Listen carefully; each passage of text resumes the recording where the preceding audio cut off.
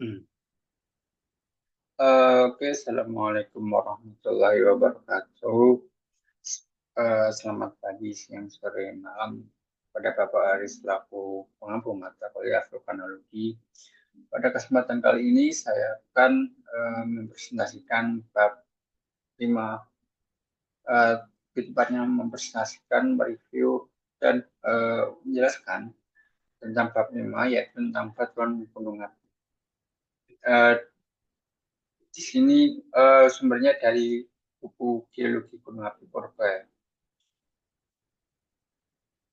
Nah, yang pertama di sini ada dasar dari sebuah penamaan batuan.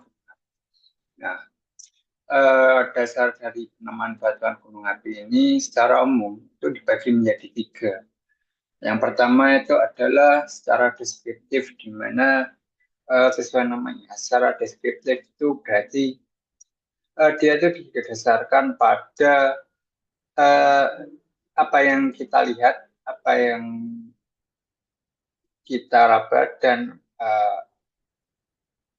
apa apa yang kita jelaskan di situ. Dengan kata lain, deskriptif ini menggambarkan si batuan gunung api berdasarkan ciri fisik dari batuan tersebut. Yang kedua ada penamaan batuan berdasarkan dari genesis atau genesa batuan, di mana secara genesis ini penamaan batuan ini didasarkan pada asal-usul dari sebuah batuan, baik dari asal-usul batuan tersebut, proses terbentuknya si batuan, ataupun lingkungan pengendapan dari batuan vulkanik itu sendiri. Lalu yang ketiga, ini ada kombinasi. Kombinasi ini sebenarnya gabungan antara penamaan batuan yang dilakukan secara deskriptif dan kombinasi uh, dasar penamaan menggunakan genesis, di mana keduanya ini digunakan.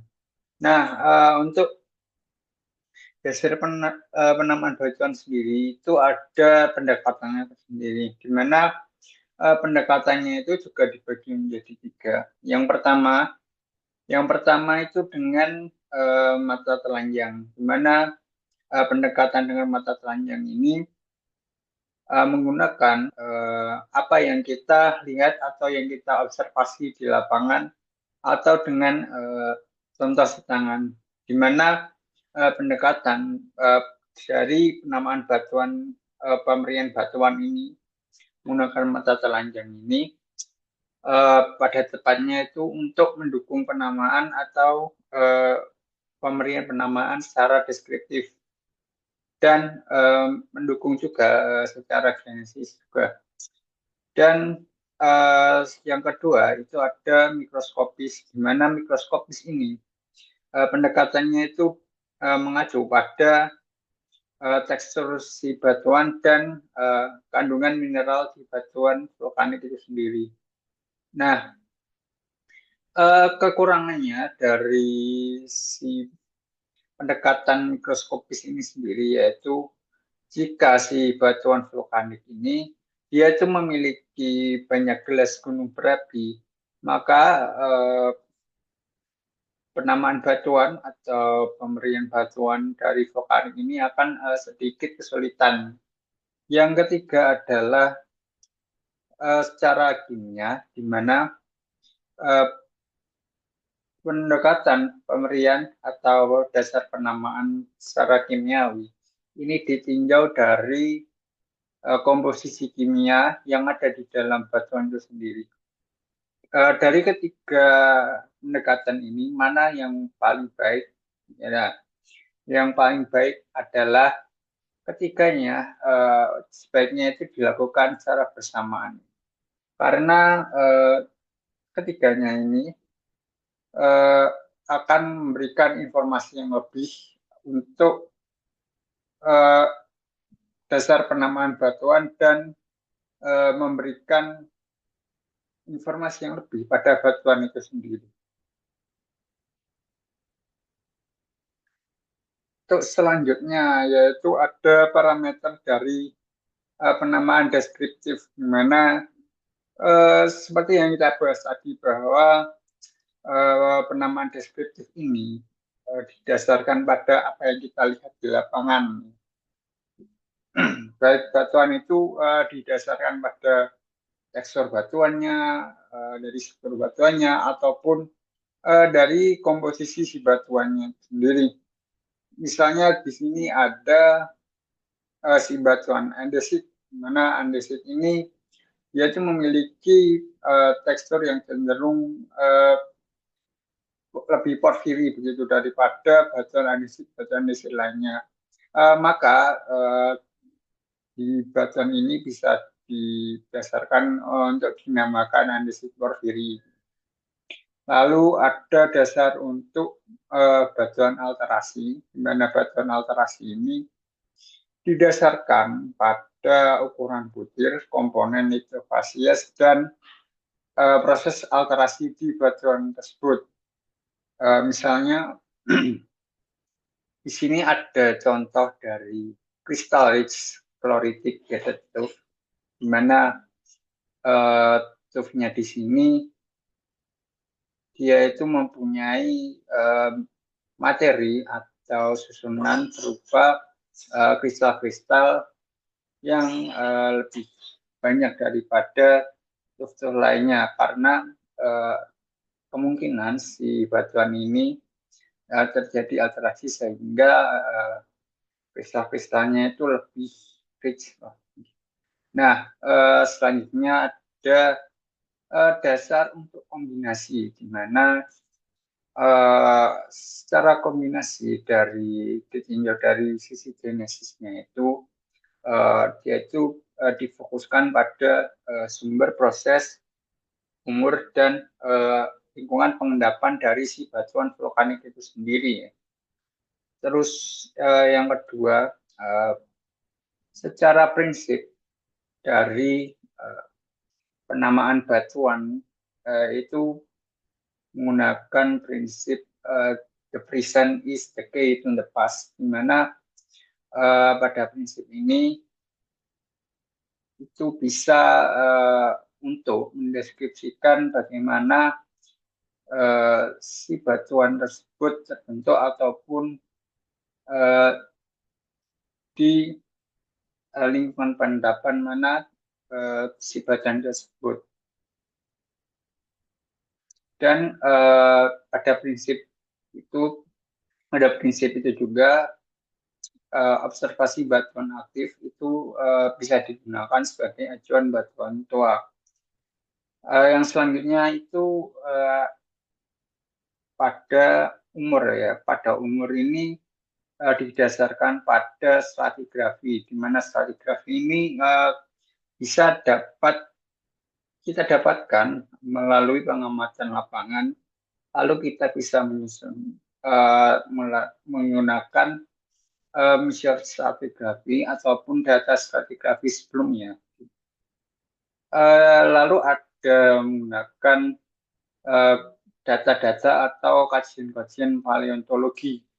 Selain itu, umur dari sebuah batuan vulkanik itu sendiri bisa digali atau dicari menggunakan radioaktif dengan menggunakan metode radiometri, dengan menggunakan isotop-isotop dari atom radioaktif untuk mengetahui umur dari sebuah batuan itu sendiri. Di mana di dasar penamaan batuan vulkanik menggunakan kombinasi ini, di mana jika dia diketahui sumber gunungnya, maka nama penamaan dari si batuan ini sebaiknya disebutkan nama gunung sumbernya. Misalnya di sini ada kubah lava andesit Gunung Merapi, dan misalkan si batuan vulkanik ini tidak diketahui sumber dari gunung mana atau sumber utama dari si batuan vulkanik ini, maka bisa diberikan nama geografis di mana si batuan vulkanik ini ditemukan. Misalnya di sini di buku ini itu diberikan contoh yaitu aliran lava bantal piroksen atau Waduk, di mana aliran lava ini ditemukan di wilayah Waduk.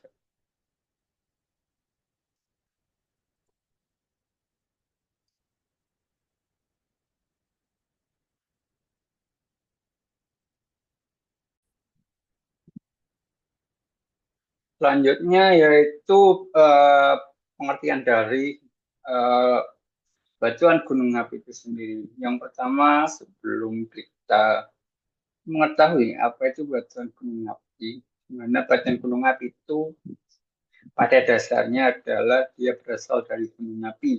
Apa itu gunung api? Gunung api adalah di sini disebutkan bahwa dia itu merupakan tempat atau lubang keluarnya magma material ataupun dalam bentuk gas dari dalam perut bumi atau dari dalam bumi, di mana uh, tempat atau lubang keluarnya magma atau gas uh, ini bisa dikategorikan menjadi dua, yaitu ada kawah atau krater. Biasanya kawah atau krater ini berukuran kurang dari 2 kilometer.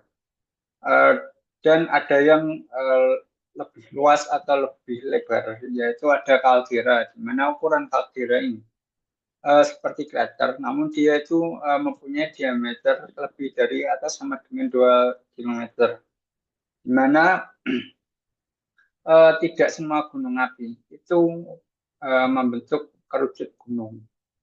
Ada juga yang bisa membentuk seperti di Hawaii itu, dia itu seperti mengeluarkan magma di sebuah dataran dan di perbukitan yang dia itu bentuknya seperti uh, bukit kecil begitu. Nah, namun di Indonesia itu hampir semua gunung berapi itu selalu membentuk kerucut, dan yang disebutkan tadi bahwa gas-gas yang keluar dari tempat keluarnya material dan magma itu juga dihitung sebagai erupsi jika si gas tadi itu merupakan hasil dari aktivitas magma. Contohnya adalah seperti jika gas itu dihasilkan dari interaksi antara magma dan air. Nah, kita lanjut ke batuan gunung api. Nah, apa sih batuan gunung api? Batuan gunung api adalah sebuah batuan yang dia itu terbentuk akibat adanya aktivitas dari gunung berapi. Nah, batuan gunung api ini bisa terbentuk baik secara langsung maupun tidak langsung. Secara langsung adalah bagaimana dia uh, langsung keluar dan dia itu bisa membeku secara cepat dan membentuk batuan beku di sekitar gunung, ataupun dia bisa sebagian keluar dan sebagian membeku di dekat permukaan, dan dia membeku dekat permukaan sehingga dia membentuk struktur geologi berupa subvolcanic intrusion. Nah, yang tidak langsung ini biasanya dia itu tererosi ataupun tererosi ataupun proses geologi lainnya seperti deformasi, dan dia itu akan terdeformasi, tersedimentasi ulang oleh media-media transporter dari angin ataupun air yang membawa material dari hasil gunung api itu sendiri. Nah,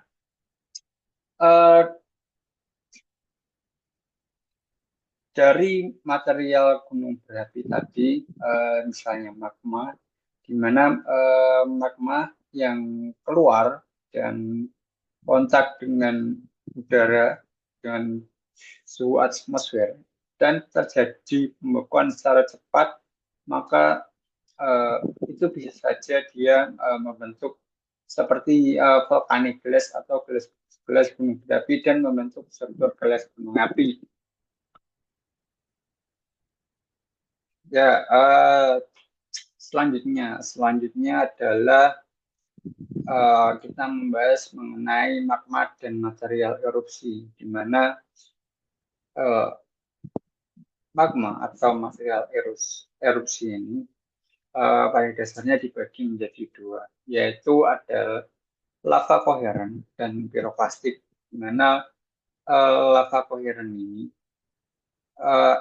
didefinisikan atau bisa dikatakan sebagai magma yang terbentuk dari aktivitas erupsi efusif atau magma yang agak meleleh gitu.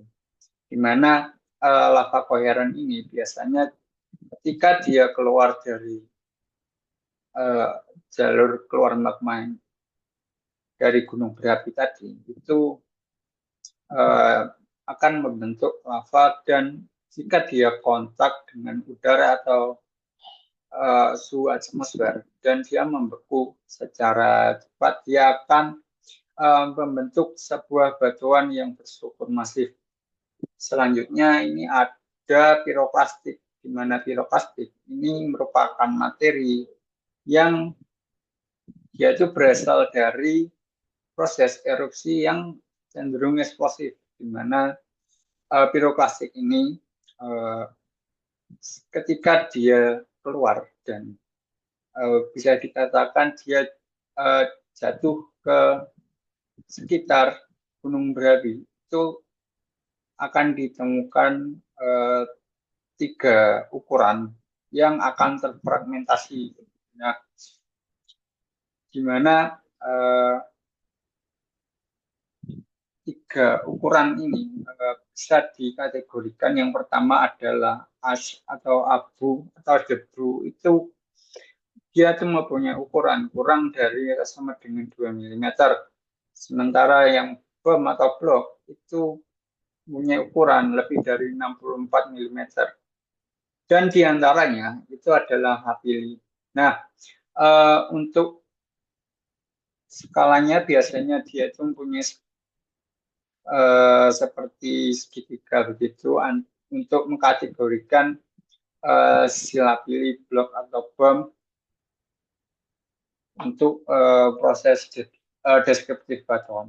Nah, selanjutnya ditinjau dari komposisi mineral, di mana dalam komposisi sebuah batuan gunung api, karena dia terjadi pembekuan secara cepat, dia itu akan membentuk struktur-struktur dan mengandung seperti gelas gunung berapi atau bisa disebut volcanic glass, di mana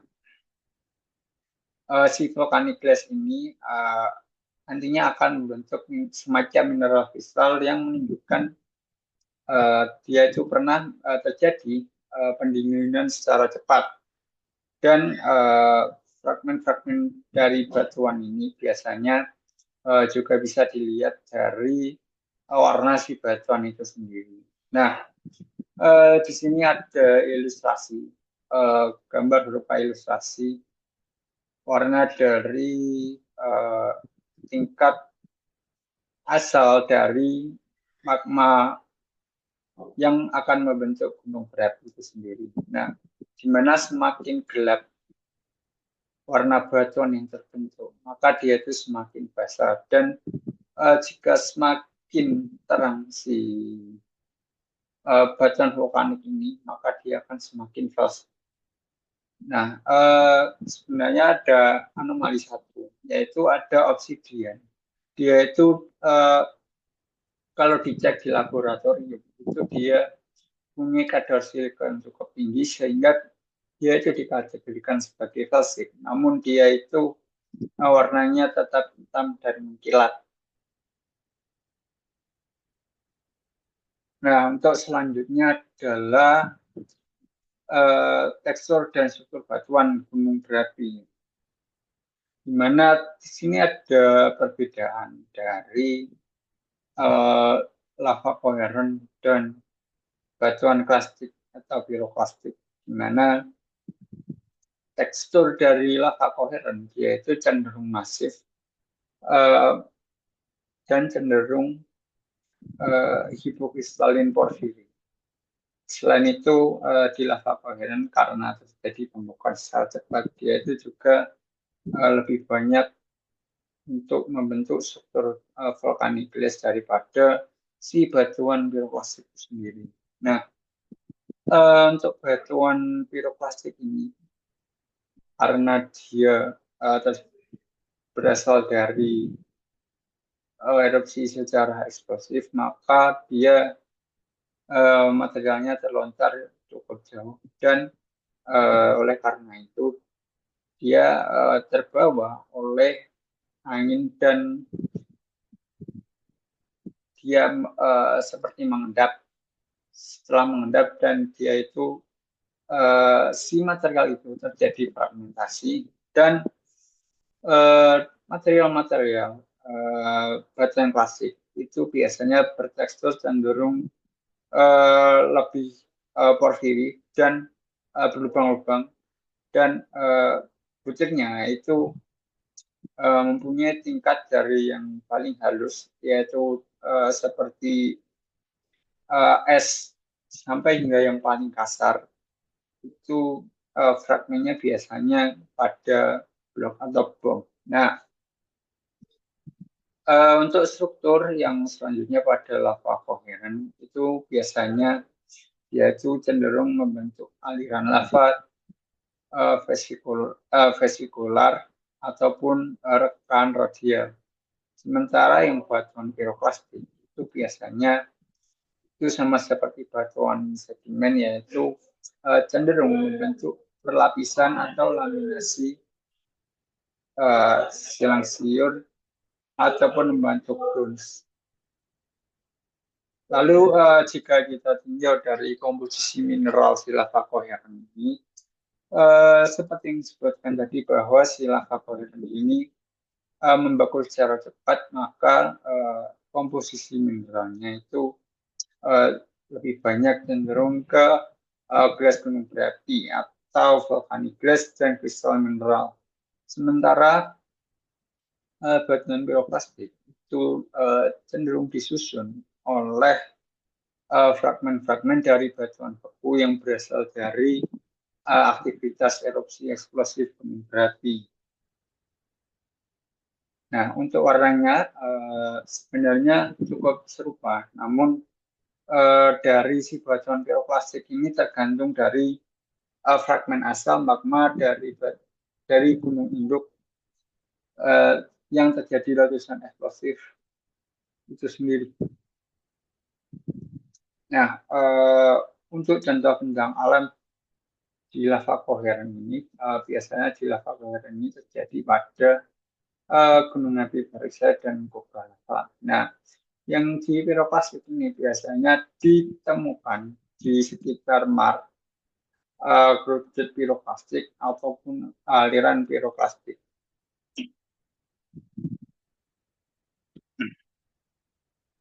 Oke, selanjutnya adalah penamaan batuan gunung api secara pemberian. Nah, di sini yang pertama membahas tentang pemberian dari lava koheren, di mana di sini terdapat beberapa parameter deskriptif dari lava koheren yang tersaji dalam tabel, di mana dia semakin kalsit si batuan ini sendiri, maka komposisi dari mineralnya itu semakin banyak dan biasanya kandungan alkali felspar dan kwartsanya itu juga semakin banyak dan biasanya semakin basic dari batuan sendiri, biasanya ada amfibol. Nah, komposisi mineral ini sebenarnya bisa kita pelajari di tingkat keasaman magma. Lalu perbedaan dari lima batuan ini sendiri bisa dilihat dari warna, dan jika kita bawa batuan-batuan ini ke laboratorium, maka bisa kita lihat hasilnya, di mana pada tabel yang sebelah kanan itu batuan yang cenderung pasif, biasanya dia itu mempunyai kandungan silika yang lebih tinggi daripada batuan basal.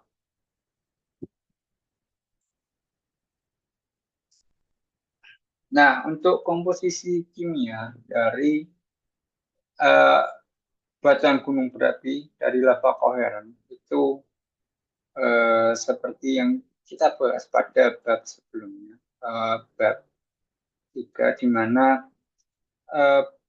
batuan ini didasarkan dari rasio antara silika dan K2O yang dibagi menjadi 3 zona, yaitu ada solid, alkalin, dan alkalin atau subunit, di mana solid ini biasanya mempunyai kadar K2O yang lebih rendah daripada jenis-jenis batuan di zona lainnya, di mana solid ini biasanya berada di core arc basin, atau bisa dikatakan dia di depan busur vulkanik itu sendiri. Nah, batuan di alkalin itu biasanya dia itu berada di bagian tengah dari si busur gunung api, dan sementara si alkalin itu biasanya berada di bagian busur belakang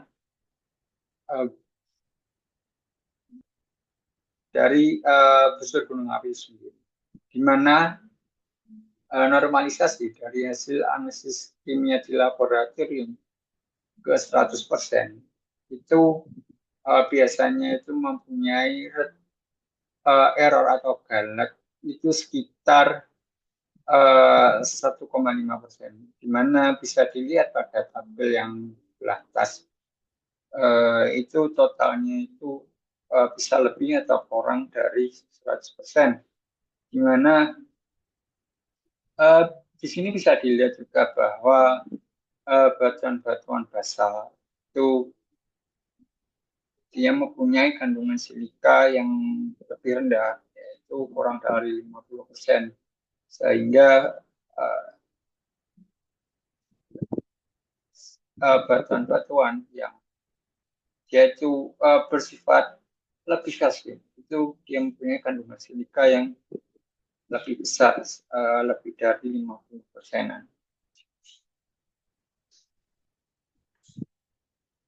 Nah, selain itu bisa dilihat juga bahwa kandungan CaO pada batuan-batuan basal ini lebih tinggi daripada si batuan yang digolongkan mendekati basic, atau bisa dikatakan lebih andesit lah. Ya. Nah, yang bawah ini adalah hasil uji dari si obsidian dan kumis, di mana si obsidian ini dikatakan bahwa dia itu merupakan batuan dari magma yang bersifat asam, namun dia itu mempunyai warna yang gelap dan mengkilap.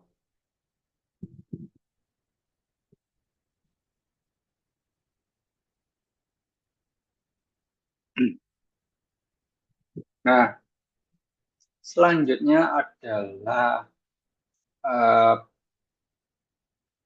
pemberian dari batuan klastik.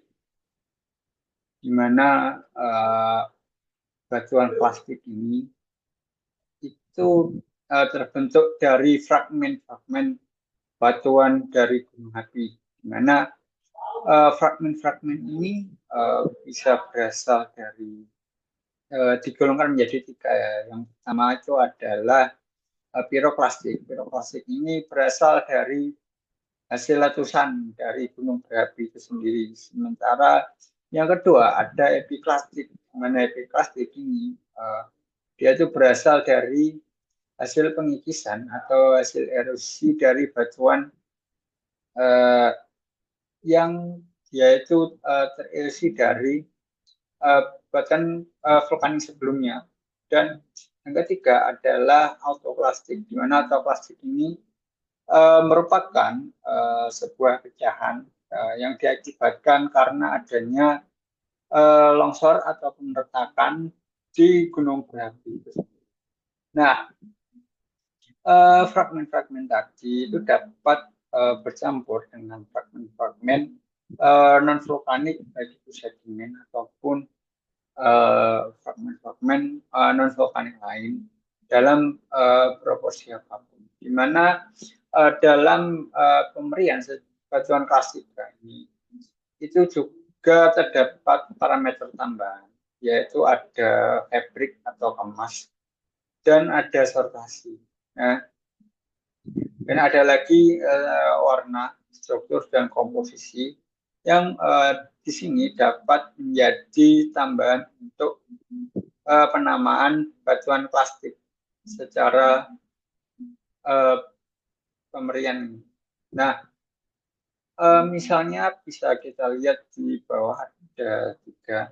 Di sini ada breksi andesit masif, breksi gunung api, kemas terbuka, dan si batu pasir api berlapis. Nah, di tabel yang sebelah kanan itu ada jenis batuan dan contoh penamaan dari batuan gunung berapi. Jenis batuan ini sebenarnya ini adalah batuan yang nantinya akan terfragmen menjadi si batuan plastik itu sendiri. Nah, di sini contohnya adalah breksi gunung api, di mana dia punya kemas yang terbuka dan fragmennya itu tidak berstruktur. Dan contoh penamaannya itu adalah breksi gunung api kemas terbuka ataupun breksi andesit masif.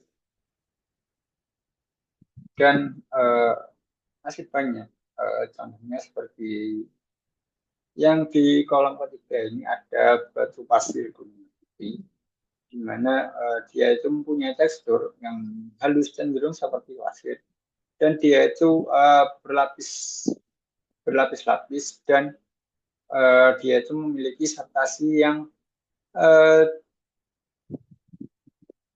yang sertasi tertentu, baik itu yang sertasinya baik ataupun dia mempunyai sertasi yang buruk.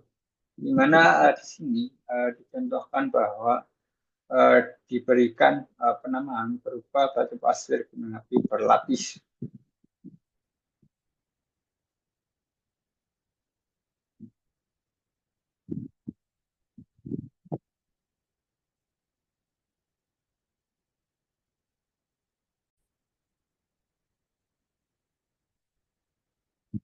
Selanjutnya adalah bagaimana penamaan batuan secara genesis. Nah, secara genesis dari laka koheren itu dia itu mempunyai karakteristik litologi khusus, di mana misalnya di sini ada dia itu membentuk teks yang dia itu memanjang dan memotong sebuah perlapisan batuan, dan di mana kontak dari teks ini biasanya cenderung berwarna merah bata karena kan adanya oksidasi dari batuan-batuan sekitar, dan mana Tekstur dari teks ini uh, dia itu semakin glassy kalau tetapi nah lalu di teks ini bagian tengahnya itu cenderung membentuk kristalin dan semakin ke tepi itu akan semakin membentuk seperti glass. Ada juga ini contohnya misalnya kubah lava di mana dia itu membentuk seperti kubah atau dom, di mana tepi dari si kubah lava ini yang di permukaan ini itu akan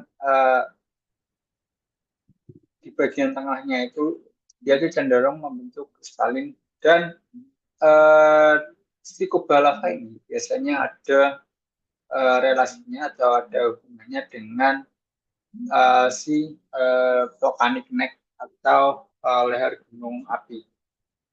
Nah, ada juga aliran lava, di mana aliran lava ini dibagi juga menjadi tiga, yaitu bongkah, AA atau Pakuhu, dan bantal, di mana seperti yang kita ketahui bahwa lava bantal ini terbentuk akibat keluarnya si magma dan dia itu kontak dengan uh, air sehingga dia membentuk struktur seperti bantal dan biasanya permukaan uh, lava bantal ini permukaannya cenderung greasy, strukturnya masif dan dia itu cenderung konsentris atau radier.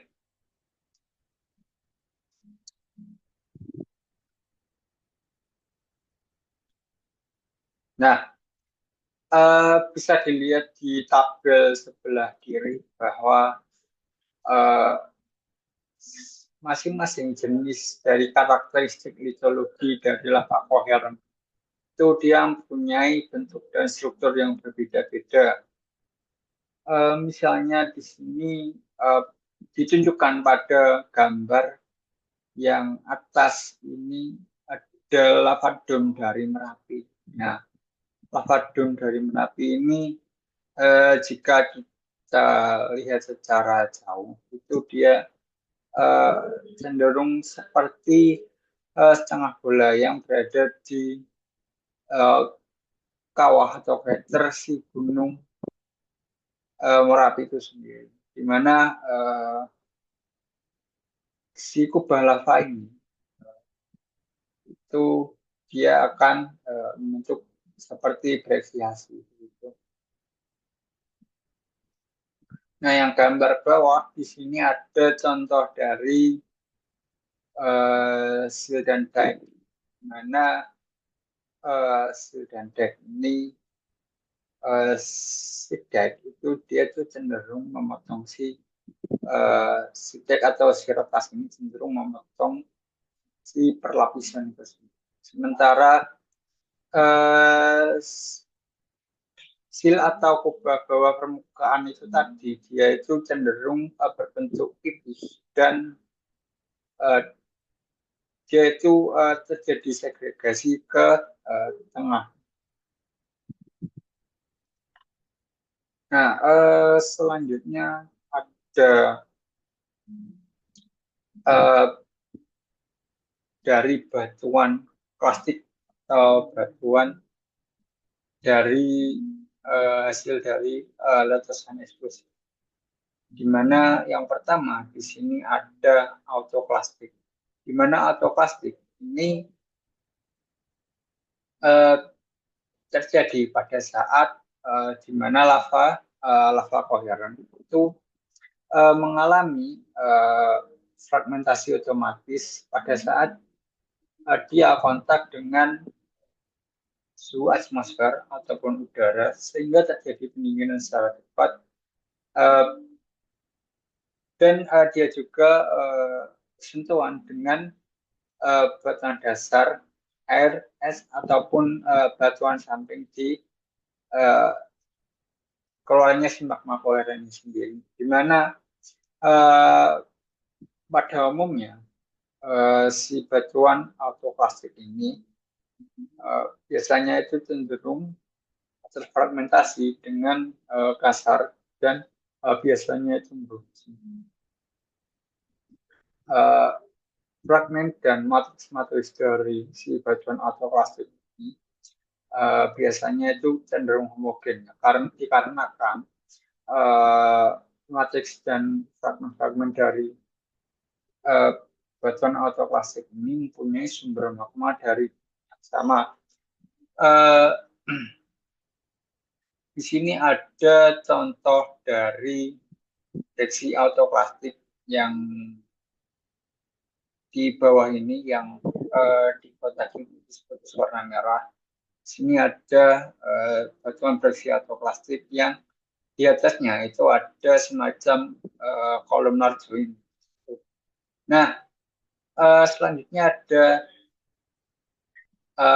piroklastik. Nah, piroklastik ini biasanya dia itu terbentuk dari letusan gunung api dan dia itu terbentuk langsung dari si magma pijarnya dari gunung api itu sendiri. Di mana tipe dari piroklastik ini dibagi atas dua uh, dua subtipe. Yang pertama adalah hidroklastik, di mana dia itu berasal dari letusan si uap air atau letusan freatik yang di mana dia itu memecah si batuan sebelumnya atau batuan tua. Di sini dituliskan batuan tua dan magma padat itu tidak ikut pada saat proses itu. Dan selanjutnya ada phreatomagmatik, di mana pada phreatomagmatik ini sebenarnya dia itu merupakan kombinasi ataupun transisi dari hasil batuan dari magma erupsi magmatis yang berasal dari murni dari magma dan letusan freatik.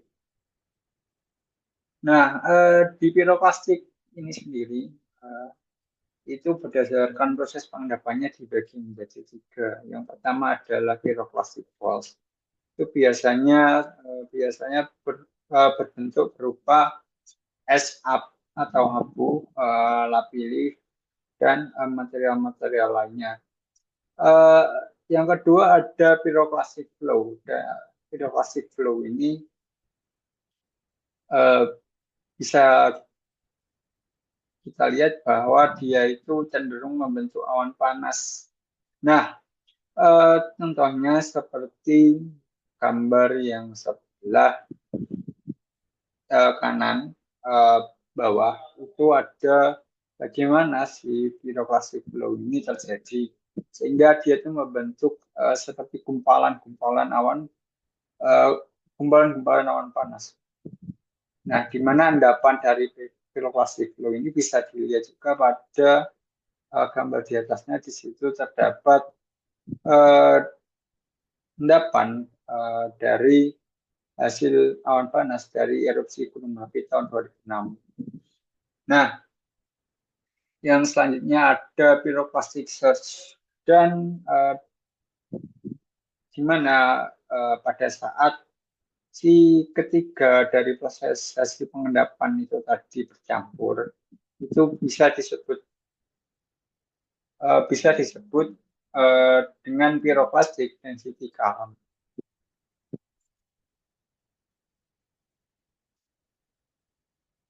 Nah, selanjutnya ada kata klastik, di mana batuan kata klastik ini biasanya yaitu diakibatkan oleh adanya deformasi fisik ataupun adanya longsoran ketika dia itu meletus begitu. Nah, contoh yang terkenal ataupun contoh yang sampai saat ini menggambarkan si kata plastik ini adalah meletusnya Gunung Saint Helens pada 1980, di mana si kata plastik ini diakibatkan oleh adanya uh, satu bagian dari gunung api yang runtuh. Uh, oleh karena itu dia itu si gunung api satu bagian yang runtuh itu akan membentuk bentukan berupa kaldera seperti tapal kuda. Nah, ciri lainnya itu yang batuan kata plastik itu terdapat topografi perbukitan dan fragmentasi batuan di sekitar uh, itu lebih cenderung meruncing seperti gambar yang sebelah kanan itu ada Gunung Galunggung, di mana dia itu pada tahun 1900 1800 1900-an itu meletus cukup besar dan itu satu bagian dari si gunung itu terjadi longsoran dan bukit sisa longsoran yang agak besar tadi itu bisa dikatakan dia agak terpisah dari si Gunung Galunggung sendiri. Dan material-material hasil dari kata plastik ini biasanya membentuk blok fase, di mana biasanya endapan dari jenis kata plastik ini sendiri biasanya dalam bentuk bongkah atau debris avalanche dan matriks dari kata plastik juga debris avalanche matrix, mana fragmen itu biasanya kurang dari 1 hingga 280. Yang selanjutnya itu ada epiklastik, di mana epiklastik ini biasanya dia itu berasal dari pengendapan ulang atau material yang terbawa dari sumber aslinya dan terendam di tempat lain. Nah, proses dari pembentukan epiklastik ini sendiri itu berasal dari pelapukan, erosi, proses transportasi, dan pengendapan ulang atau deposisi dari batuan vulkanik sebelumnya. Nah,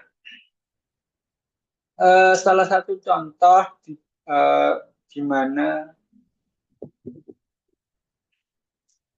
batuan epiklastik ini adalah gambar yang sebelah kanan, merupakan ada breksi lahar di situ, di mana dia telah tersedimentasi secara eruptif. Nah, dia itu batuan-batuan besarnya itu terfragmen dan butir-butir fragmennya itu lebih cenderung berukuran sedang hingga kasar, baik itu berupa berbentuk pasir ataupun dia berbentuk krakal. Nah, untuk bentuk dari batuan-batuan yang terfragmen tadi itu biasanya itu dapat berupa batuan yang agak sedikit meruncing ataupun yang membulat tanggung, dan biasanya dia itu mempunyai sertasi yang buruk dan kemasnya itu terbuka, dan endapan pada si epiklastik ini biasanya lebih padu dan basah berlumpur daripada endapan-endapan dari kategori batuan plastik gunung api lainnya. Terutama di pirplastik ya. Nah,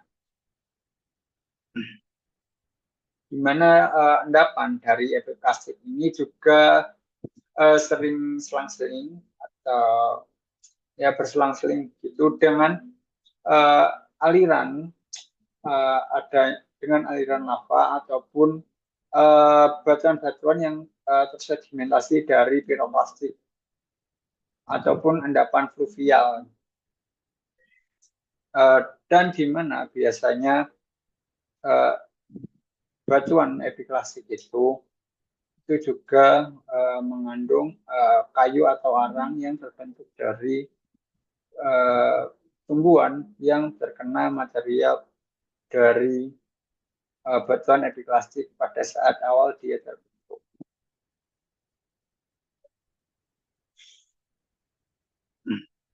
Nah, selanjutnya yaitu ada dasar dari penamaan tuf, di mana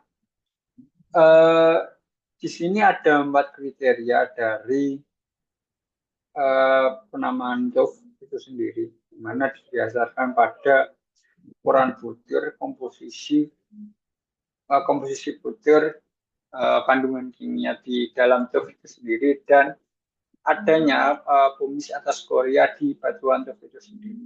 Nah, pada ukuran butir, tuf ini dibagi menjadi dua, yaitu ada tuf kasar, di mana tuf kasar ini bisa dikategorikan kasar, di mana jika dia itu mempunyai kandungan batu pasir tuf itu berukuran lebih dari 0,0625 mm.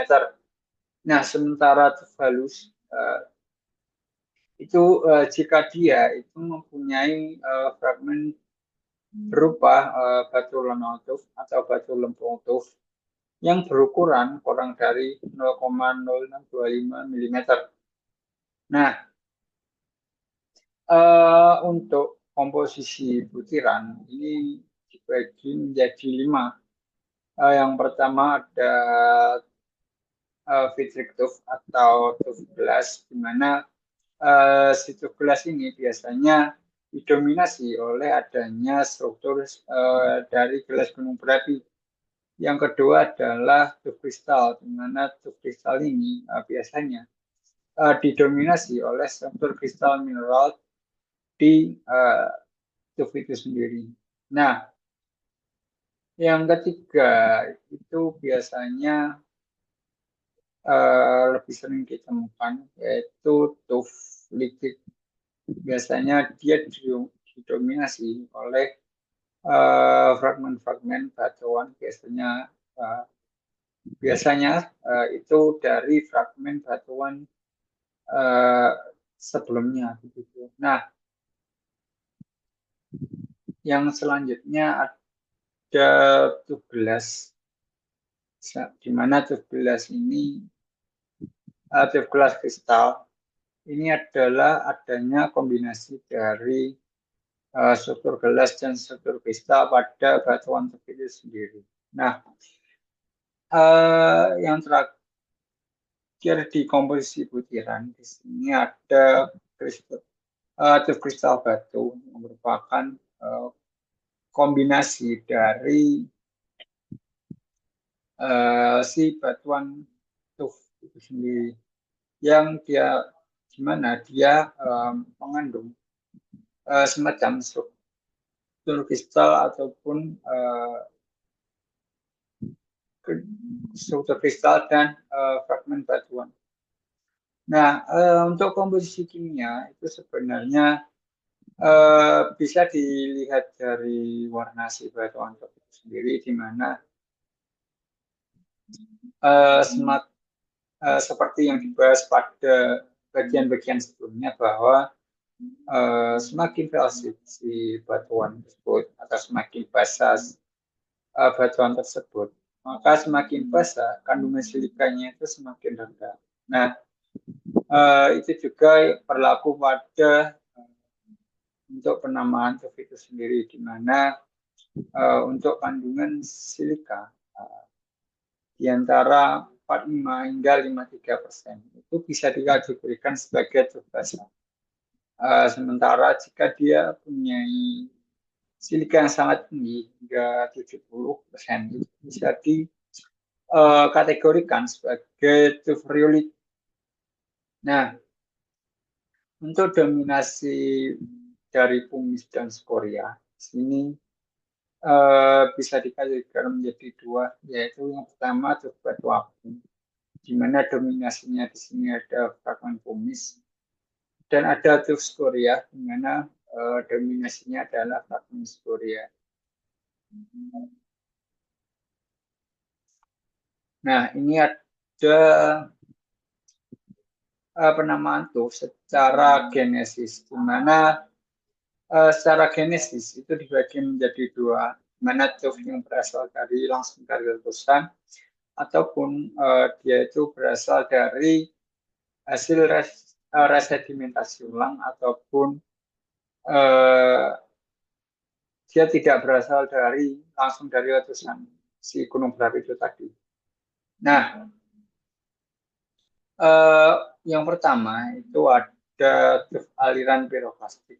Mana tuff aliran piroklastik ini biasanya itu bukan biasanya aliran piroklastik ini berasal dari hasil dari aliran piroklastik, di mana dia itu akan bergerak mengikuti hasil dari pergerakan si aliran piroklastik itu tadi. Nah, yang kedua ada tuff piroklastik fall, di mana di sini merupakan tuff yang berasal dari piroklastik fall dari kolom erupsi yang uh, terjadi ke permukaan menumpuk di sekitar gunung berapi tadi. Nah, yang ketiga ada tuff piroklastik source, di mana itu merupakan hasil dari semburan lateral piroklastik, di mana dia itu bergerak seperti gelombang dan biasanya tuff piroklastik source ini agak tipis. Dan yang terakhir di primer ini ada welded tooth. Nah, di mana welded tooth ini biasanya berasal dari material piroklastik yang masih panas dan menempel atau membeku, dan selanjutnya dia itu akan membentuk lapisan yang bawah. Nah, yang kedua ada untuk kategori sekunder ya. Untuk genesis sekunder, dia itu dibagi menjadi tiga. Yang pertama ada tuff turbidate, di mana tuff turbidate ini dia itu tersedimentasi melalui aliran sedimen bawah air, dan biasanya dia itu uh, berada di sekitar atau bisa dikatakan dia itu berasosiasi dengan adanya laut ataupun danau. Nah, yang kedua ada tuff fluviat ya, di mana biasanya batuan-batuan dari letusan gunung berapi yang terjadi pelapukan ataupun erosi, dia akan tuff-tuff yang jadi pelapukan atau erosi tadi akan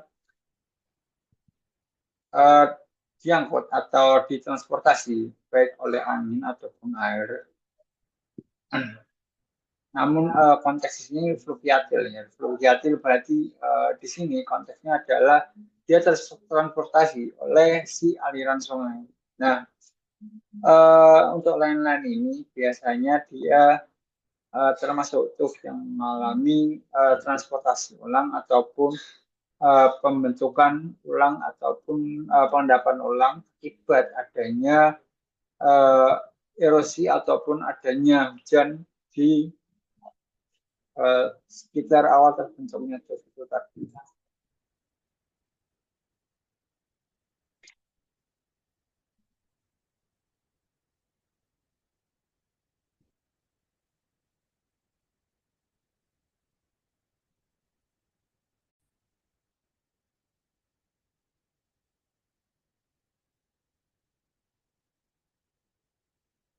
Oke, selanjutnya adalah permasalahan dari penamaan TUF itu sendiri, di mana penamaan TUF itu sendiri itu sebenarnya lebih ke kerancuan antara sensitif atau Tofacious Hanson. Nah, eh, kerancuan ini sebenarnya disebabkan oleh eh, kerancuan ini bisa dipecahkan oleh adanya dominasi dari komposisi si batuan tersebut, di mana eh, misalnya jika si lokasi sandstone ini biasanya dia didominasi oleh eh, abu gunung api atau bahan sedimen non gunung api. Nah, eh, selain itu dia itu bisa dilihat dari si komposisi tambahnya, di mana si sandstone ini biasanya eh, bahan dari non gunung api itu bisa hadir. Eh, namun itu harus bisa dijelaskan proporsinya bagaimana, dan jika dia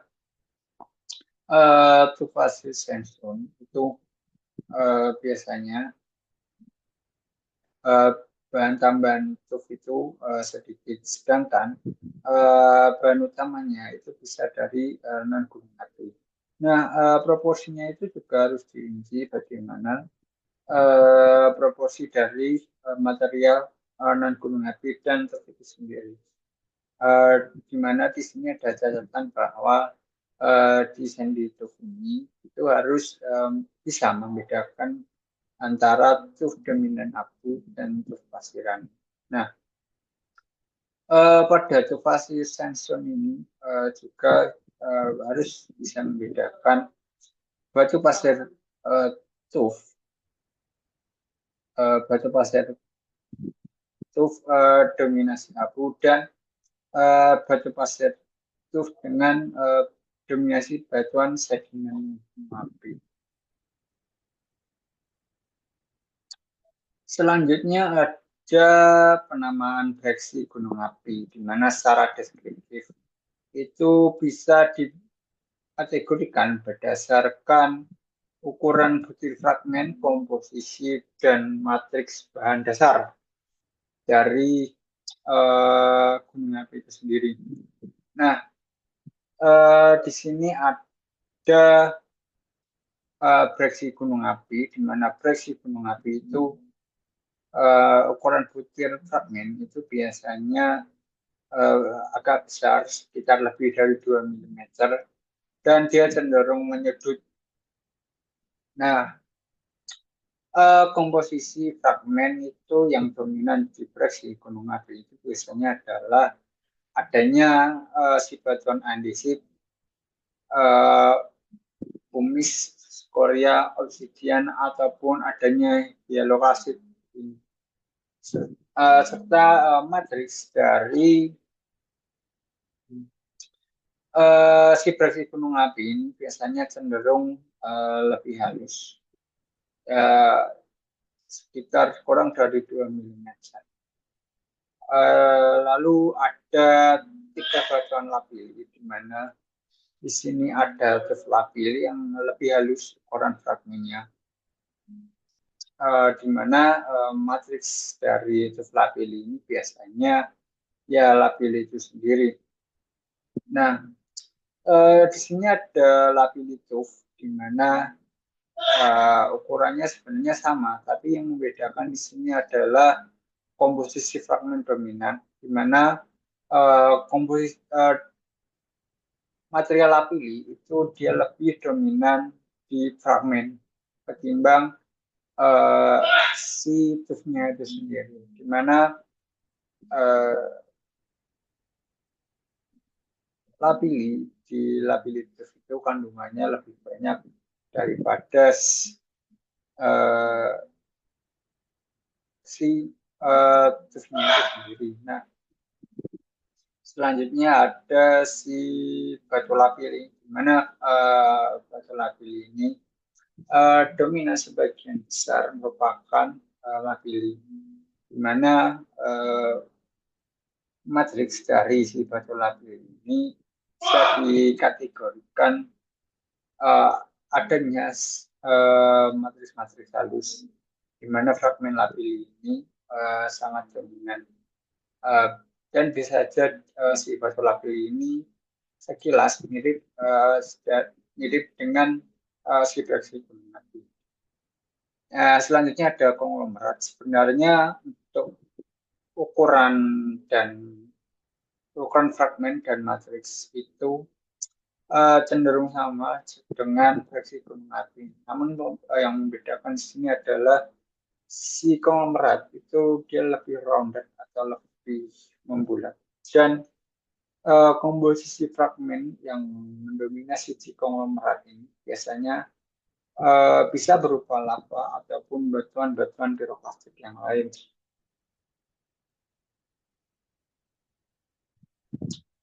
Nah, selanjutnya adalah penamaan breksi gunung api secara genesis, di mana eh, sebelum itu kita overview dulu di mana breksi gunung api itu merupakan batuan yang terfragmentasi dengan dia itu fragmennya itu cenderung meruncing atau menyudut dengan ukuran yang besar atau ukuran yang kasar, uh, dengan ukuran yang kurang lebih sekitar lebih dari 2 mm, di mana fragmen-fragmen dari si breksi ini sendiri cukup bervariasi, biasanya sangat meruncing, agak meruncing hingga dia itu meruncingnya tanggung. Nah, untuk kategori breksi ini breksinya dibagi menjadi dua. Yang pertama ada breksi primer atau primary breksi. Nah, breksi primer ini setipenya sama seperti batuan klasik itu dibagi menjadi 4, di mana yang membedakan adalah proses terbentuknya, di mana batuan hidroklastik dari breksi hidroklastik itu eh, terfragmentasi dikarenakan adanya letusan atau erupsi eksplosif dari gunung berapi. Itu di mana letusan dari gunung berapi itu bisa dalam bentuk magmatik, freatik, ataupun freatomagmatik. Dan breksi piroklastik atau isoplastik ini biasanya dijumpai di sekitar gunung berapi yang aktif. Nah, selanjutnya ada autoklastik, di mana autoklastik ini dia itu terbentuk karena adanya pembekuan yang lebih cepat dari magma atau lava, di mana contohnya adalah di mana batuan tersebut terjadi pada lava koheren ataupun adanya di subvolcanic intrusion. Nah, selanjutnya ada yang breksi primer kataklastik, di mana dia itu terjadi akibat longsoran ataupun deformasi dari tubuh gunung berapi itu sendiri. Dan selanjutnya epiklastik, sama seperti pengertian oleh batuan plastik, di mana breksi primer epiklastik ini terjadi akibat resedimentasi atau proses ulang menjadi batuan-batuan baru, di mana resedimentasi ini terjadi karena tenaga eksogen baik berupa air ataupun adanya media transfer lain seperti angin ataupun diremobilisasi oleh adanya gaya gravitasi ya di situ. Nah, untuk kategori yang kedua, yaitu ada breksi hidrotermal atau eh, di sini dibagi menjadi tiga. Yang pertama ada hidrotermal magmatik, di mana hidrotermal magmatik ini terjadi karena adanya fragmentasi yang masuk ke breksiasi bersama adanya cairan biji, di mana eh, dominan di mana si hidrotermal magmatik ini adanya dominasi dari komponen magmatik. Dan breksi hidrotermal magmatik ini sendiri untuk saat ini itu sangat relevan untuk eksplorasi mineral biji, di mana di sini ada catatan bahwa klasifikasi hidrotermal itu lebih relevan untuk eksplorasi mineral biji, dan adanya breksi gunung api non hidrotermal itu banyak ditemukan di daerah gunung api yang aktif, dan uh, di daerah tersebut tidak ada hubungannya dengan alterasi ataupun mineralisasi. Oke, selanjutnya kita kembali ke breksi hidrotermal. Di sini ada tipe phreatomag dari subtipe phreatomagmatik atau breksi hidrotermal phreatomagmatik. Di sini diakibatkan karena adanya intinya adalah dia itu berasal dari letusan phreatomagmatik yang uh, disebabkan oleh interaksi magma dan air, atau letusan campuran magma dan uap air. Nah, yang ketiga ada setipe dari breksi hidrotermal freatik, di mana dia terbentuk dari letusan uap air panas, atau bisa dikatakan dia terbentuk akibat letusan uap air yang cenderung analog hidroplastik, dan dia itu uh, hasil letusannya itu biasanya tidak disertai dengan adanya. Oke, sekian dari saya. Jika ada kurang lebihnya, saya mohon maaf. Uh, di sini saya masih belajar perlu adanya koreksi dari Bapak sebagai pengamat. Sekian dari saya. Jika ada kurang lebihnya, saya mohon maaf. Assalamualaikum warahmatullahi wabarakatuh.